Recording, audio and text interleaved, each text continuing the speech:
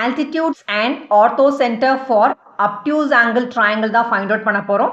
Altitudes are the perpendiculars drawn from the three vertices to the opposite sides of a triangle.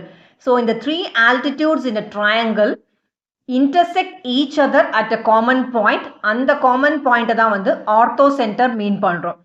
So orthocenter அப்படின்றது வந்து it is a point of concurrence of the three altitudes of a triangle. It is denoted as either H or O னு நீங்க denote பண்ணலாம். For obtuse angled triangle, the orthocenter lies in the exterior of the triangle. இதை வந்து ஒரு ஆக்டிவிட்டியில் வந்து verify பண்ண போகிறோம். So இந்த ஆக்டிவிட்டி பண்ணுறதுக்கு உங்களுக்கு செட் ஸ்கொயர் தேவை. அதே மாதிரி ஸ்கேல் யூஸ் பண்ணி orthocenter lies in the exterior of the triangle நம்ம பார்க்க போகிறோம். ஸோ வெர்டெக்ஸ் A நீங்கள் எடுத்துக்கிட்டிங்கன்னா அதோட ஆப்போசிட் சைட் பார்த்தீங்கன்னா which is BC. vertex B எடுத்துக்கிட்டிங்கன்னா அதோட ஆப்போசிட் சைட் பார்த்தீங்கன்னா which is AC. then vertex C எடுத்துக்கிட்டிங்கன்னா அதோட ஆப்போசிட் சைட் பார்த்தீங்கன்னா which is AB.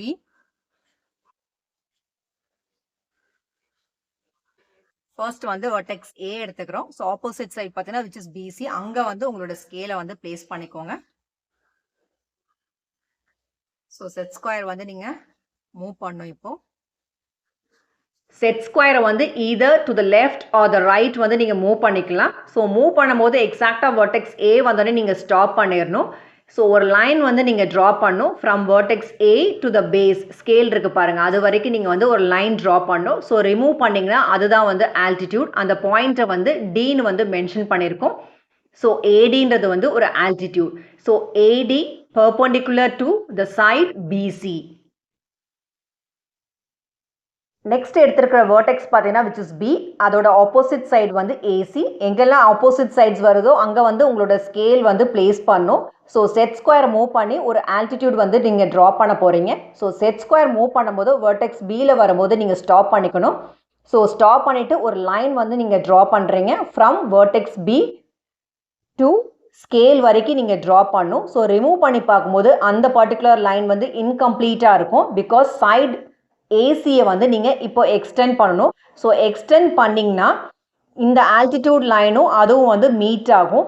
ஸோ இப்போ ஒரு ஆல்டிடியூட் வந்து உங்களுக்கு ஃபார்ம் ஆகிருக்கும்.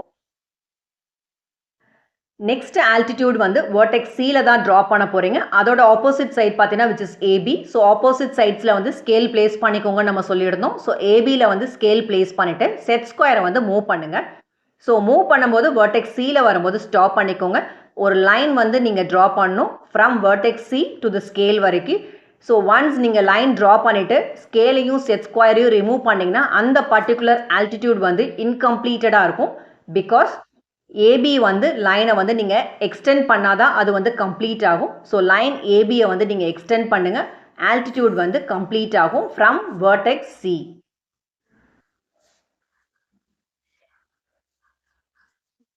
Using scale and set square, three altitudes of a triangle வந்து நம்ம draw பண்ணிட்டோம். But orthocenter அப்படின்றது வந்து point of concurrence of three altitudes. So இந்த three altitudesமே intersect ஆகிற அந்த particular common point தான் வந்து orthocenter. ஸோ இதை ஐடென்டிஃபை பண்ணுறதுக்கு அந்த த்ரீ ஆல்டிடியூட்ஸுமே நீங்கள் வந்துட்டு லைனை வந்து எக்ஸ்டெண்ட் பண்ணுங்கள். ஸோ எக்ஸ்டெண்ட் பண்ணும்போது ஒரு பர்டிகுலர் பாயிண்டில் வந்து அந்த த்ரீ ஆல்டிடியூட்ஸுமே மீட் ஆகும். ஸோ அந்த பர்டிகுலர் பாயிண்ட் தான் வந்து H ஆர் ஓன்னு வந்து டினோட் பண்ணியிருக்கோம். Three altitudes of obtuse angled triangle பார்த்தீங்கன்னா which is AD, CE, BF.